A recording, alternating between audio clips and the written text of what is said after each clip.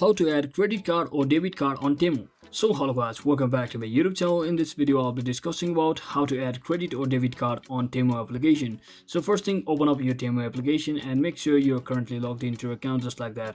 So once you log into your account, now head over to your use section from the bottom right corner and then select the settings gear icon at the top right corner. So now to add your payment method such as credit card or debit card, you should see the option that is your payment method over here. So simply select it, and as you can see currently I haven't added any payment method over here, so I can basically tap on this add a credit or debit card button over here, which is the orange button. So simply tap on that and you just have to provide your card details just like this, which is the card number as well as your expiration date on your card and your CVV number, which is usually located on the back side of your card, and simply click on add your card button over here, or you can also even scan your card if you have a physical card available right next to you. So that is it for today guys. Thanks for watching. Don't forget to like and subscribe. See you on the next one.